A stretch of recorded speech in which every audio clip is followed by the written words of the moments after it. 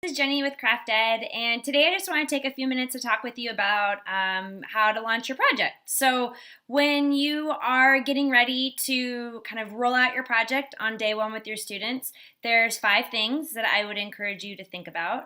And I know that the project launch is like the last thing you think about after you've put all this time and energy into planning your project, but it really is the way that we get our students excited about what they're going to be learning, and it's also the way that we can initially spark some inquiry and some curiosity. So if you have it in you to spend your time thinking about this before you roll it out, I really encourage you to start first with the hook. So your hook is just like the old school anticipatory set, right, when we're lesson planning. Your hook is how are you going to spark their interest? And you can go about a hook in a variety of ways. Probably the most demanding but also rewarding would be field work. So to take your students out into the field and have them collect some data, make some observations, interact with some experts. If you don't have it in you to do that, you can bring an expert into your classroom. You can also have them virtually visit, so you can just do like a video conference or a FaceTime up on your projector and have students interact in that way with either an expert or an end user. You could show an engaging video clip, a really moving song, a piece of poetry, or some sort of a really powerful image, and do a visible thinking routine.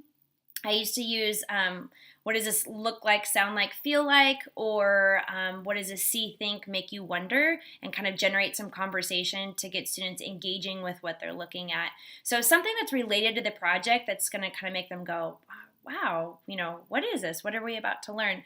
That will really help as you move into the second phase of your project launch. I like to use the question formulation technique, and down below I'll include a post that I wrote for the Right Question Institute on how to actually use the QFT with a project launch, but it's a really great way to share some sort of a related focus to the project and get students asking their own questions. And you can use those questions to segue into the third part of your project launch, which is the know and need to know process. So this is just a chance for you to capture what students already know about what they're going to be learning, and more importantly, what they need to know. These need to knows are really powerful as a way to guide student inquiry and also create some student ownership and agency as you move throughout the project. I encourage you to think about how you can use your knows and need to knows throughout the entire process of your project. Come back to those daily, come back to them every time you do a workshop, as you close out a class period at the end of the day. What did we learn? The more that we know, what do we need to know more of? And just kind of keep that knows and need to knows chart alive. And I'll link some resources for you below too on kind of how to, just a variety of ways that you can do the knows and need to knows. So that's step 3 of your project launch. Step 4 is if you're an elementary school teacher, you may spend some time creating a really cool project board that has all kinds of related information to what they're going to be doing in the project. And you can kind of do like a reveal where you cover it with butcher paper and take it down and talk through the different aspects of what's on your project board. When I taught secondary, I did a digital hub for our project, so you could kind of have a scavenger hunt where they go through and see what resources are in there and available for them. And I'll link a sample of one of those below, actually, from when I taught 5th grade. But also a great way to kind of get their agency going, right? Get them kind of seeing what resources are out there and what they're going to be doing in the project.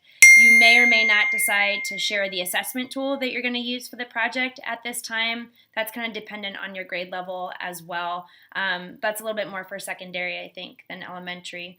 And finally, if you're going to jump into group work right out the gate, it's really important to take some time to move through the team contract process. There's a variety out there of existing team contracts. You don't have to create your own. I'll link a few of my favorites down at the bottom for you of this blog post. But and they're called different things too, like project group, I don't know, group role charts, or I used to call it a team huddle, group contract. Whatever you decide to use, just something that gets teams to kind of norm around how they want to work together, how they're going to hold each other accountable, what they're going to do if someone doesn't hold up their weight in the project, so that you can shift that ownership over to your students.